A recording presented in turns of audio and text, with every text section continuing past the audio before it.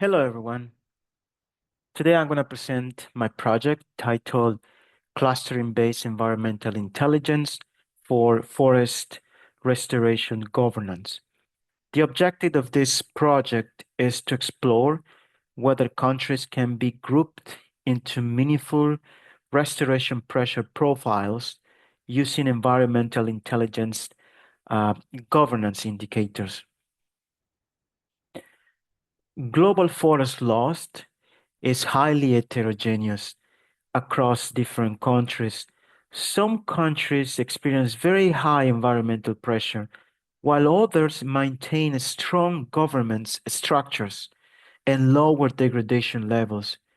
At the same time, indigenous territorial recognition varies significantly worldwide, which adds another layer of complexity to the restoration governance. Because of this, I wanted to explore whether countries can be naturally organized into meaningful social environmental groups. The research question guiding this project is: can countries be grouped into meaningful restoration pressure profiles using environmental and governance indicators? The overall goal is to generate data driven insights that may support fairer and more effective restoration governance. Two datasets were integrated. The first is Global Forest Watch, which provided environmental indicators such as tree cover loss, carbon emissions, and forest extent. The second is a landmark, and they provide indigenous territories information, among which are recognized, not recognized, and some other governance indicators. Together, they both were merged using country-level integration to create a unified environmental intelligence dataset. One of the important part of the project was to engineer a synthetic environmental indicator called the restoration pressure score. Originally, my project started with a supervised machine learning exploration focused on forest loss prediction. However, after feedback from professors and my dear friend Ruth, I switched my approach to a classification. But during the earliest stage, I saw strong relationships between forest loss and carbon emissions and forest decline. Instead of continuing with prediction, I transformed this insight into a more interpretable clustering variable. The restoration pressure score combines uh, tree cover loss, carbon emissions, and forest forest loss extent decline from 2000 to 2010. Higher values indicates higher pressure for restoration. One important thing to mention is that no government's indicators were included into this score. Instead, government's indicators and variables were integrated later on into the clustering analysis.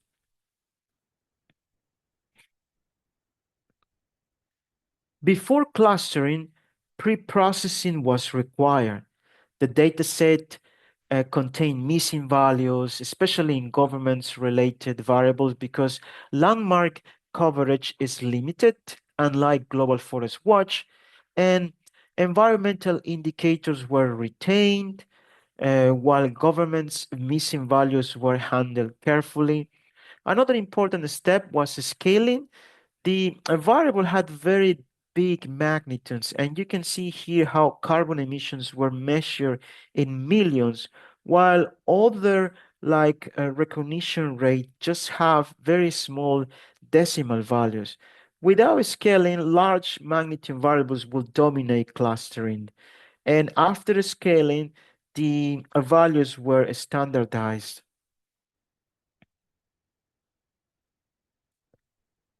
To simplify the dataset and improve visualization, the principal component analysis were applied, and the first two components preserve approximately 73% of the dataset variance. This means that most of the original information was retained while reducing a dimensional complexity. To determine the optimal number of clusters, silhouette analysis was performed, and a silhouette analysis measures how well observations fit within their assigned clusters compared to neighboring clusters. And different K values were tested from 2 to 7. The highest silhouette score was achieved with K equals to 3, with a score of 8 eight, 0.856. This indicated that three clusters produce the strongest separation and cohesion countries. After applying k-means clustering, the initial clustering structure revealed a strong imbalance. One dominant cluster had the majority of countries. Meanwhile, only few countries appear in the smaller clusters. This suggested that several large forest power countries like Brazil, United States, Russia, Canada, Indonesia, um, they were dominating the clustering structure. Because of this imbalance, a refined subclustering was introduced to identify more detailed socio-environmental patterns. And in the refined clustering stage, several dominant forest powers were separated. That include Indonesia, for example, China, Canada, Brazil. These countries contain extremely large forest systems and strongly influences the environmental indicators. So after removing them, clustering was repeated on the remaining moderate pressure countries, and the refined clustering visualization revealed clear socio-environmental governance groups. So all of them sharing similar environmental pressure, governance structure, and restoration-related characteristics. To better interpret the refined clusters, summary statistics were computed for each subcluster. The analysis revealed meaningful differences between country regions, and subcluster 0 represented relatively lower pressure systems with lower restoration urgency. On cluster 1, the government's intensive systems were present with the stronger territorial recognition and moderate restoration pressure. On the other hand, for cluster 2, it showed substantially higher forest loss, carbon emissions intensity, and indicating a stronger restoration urgency. These results demonstrate that environmental pressure is not distributed uniformly across countries. Instead, countries naturally grouped into different socio-environmental governance profiles. In conclusion, this project demonstrated that environmental and governance indicators can be integrated to generate meaningful restoration pressure profiles using clustering intelligence. The project evolved from prediction-oriented machine learning into exploratory environmental intelligence analysis, which proved more suitable for heterogeneous global forest systems. The results suggest that clustering methods can help identify lower pressure systems, governance intense systems, and high restoration urgency. And finally, I would like to present the how it's look in the live platform. The system integrates global forest watch and environmental indicators from the landmark. And let's take a look. We'll take As an example, the United States. At the top of the platform, it provides country-level environmental indicators, including total tree cover loss, carbon emissions, and the restoration pressure, which is the engineered feature of this project.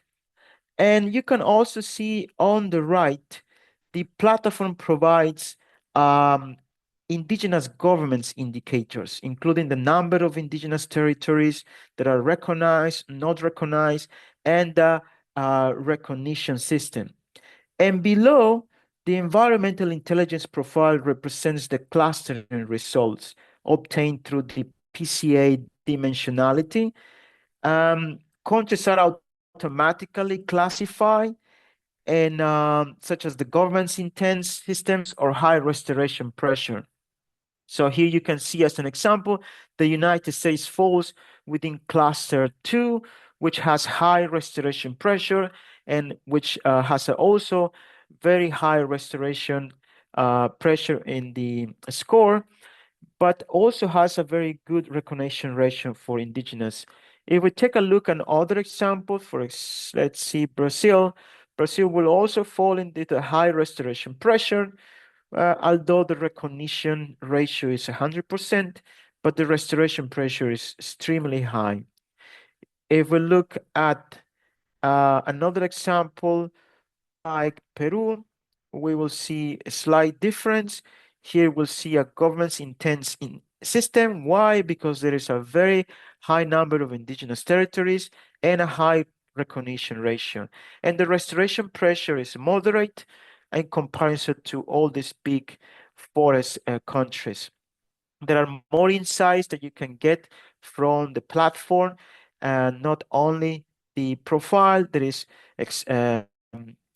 you can explore the regions to see the level of restoration pressure as well as the level of tree cover loss. There are many things that I am building here. So this is it, guys. I hope you enjoy my presentation. Thank you.